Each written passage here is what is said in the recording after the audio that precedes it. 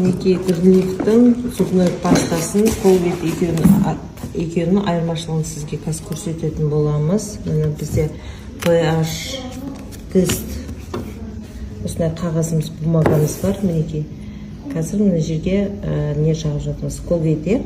Онда бір десем уже түсін өзгертіп жатыр.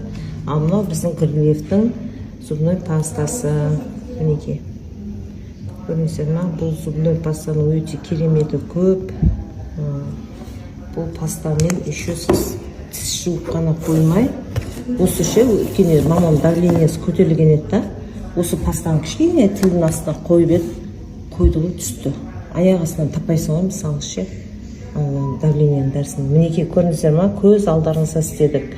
Мынау Colgate біздің ненікі ғой, бұл Colgate, натуральный деп қойған еще, көрінесіздер ма?